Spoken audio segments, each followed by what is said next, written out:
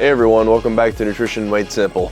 I'm nutritionist and health coach at Nutritional World, Adam Chauncey, here to talk about BComplex, why you need one, and why they're so important. So there are 8 B vitamins in your standard BComplex.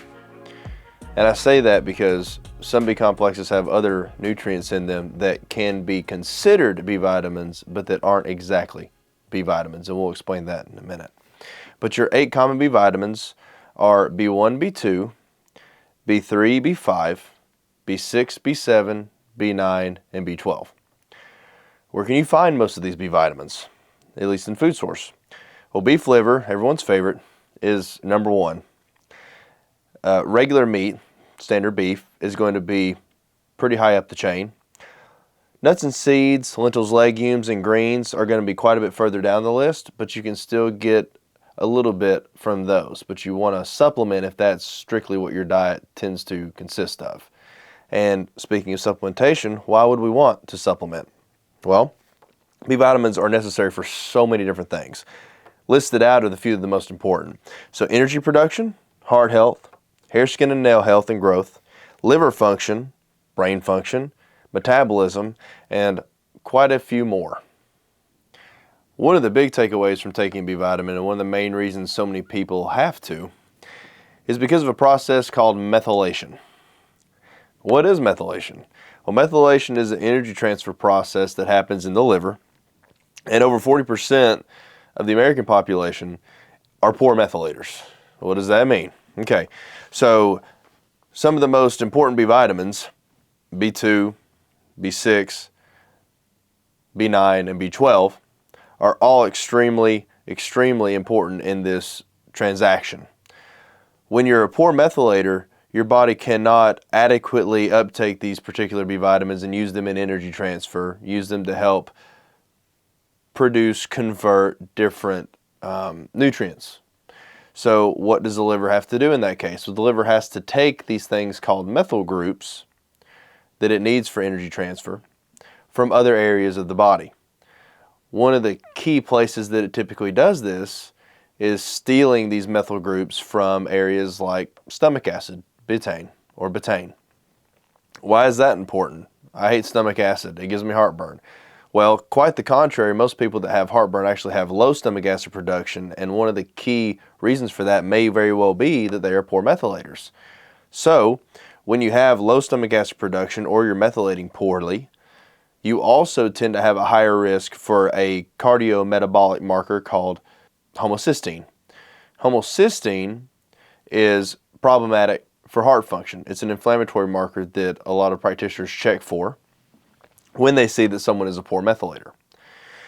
And the reason for that is because the liver isn't the only area that will use this particular methyl group from the stomach. Your vascular system also uses betaine to make something called trimethylglycine, or TMG.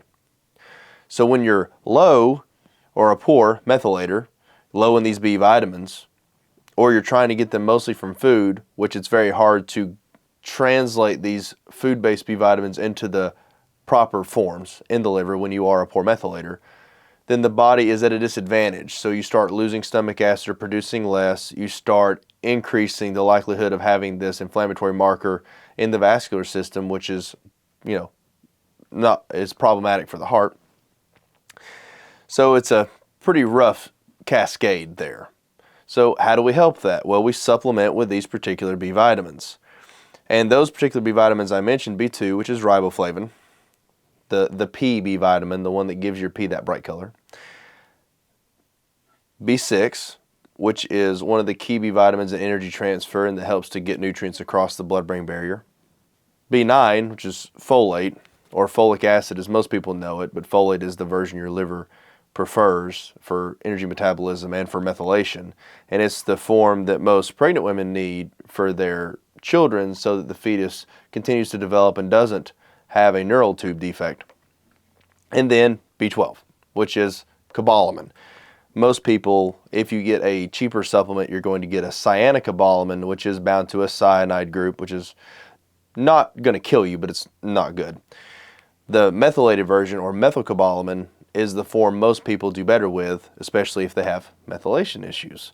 So all these B vitamins to come together to help the liver methylate better, to increase that energy transfer, and to reduce the likelihood that the liver is going to have to cause this downstream effect of robbing from Peter to pay Paul, and causing downstream inflammation and stomach acid issues, heart issues, etc., etc.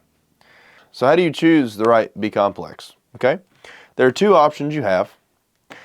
My two favorites, and the only two options that I usually recommend to my clients, are going to be a clinical strength, fully methylated, fully bioavailable, bioactive B vitamin complex, which 9 times out of 10 are not going to be naturally sourced B vitamins. They're going to be manipulated in a lab so that they are made to be extremely bioavailable and extremely effective on the body. Does that mean they are artificially made? No. Pretty much all these are carbon-based. A lot of them are taken from just your standard food-based supplements and then methylated. However, there is the food-based whole food option, which is kind of the intermediate step that you can get. We have plenty of brands at Nutrition World, as a matter of fact, that use this along with cofactors from other food-based options to help these B vitamins perform better in the body. So either way you slice it, just taking the B complex in general is going to help, but you definitely want it to be one of those two types, either fully methylated, fully bioavailable, or totally food-based with the added nutrients to increase the likelihood that the body is going to convert them to the correct forms.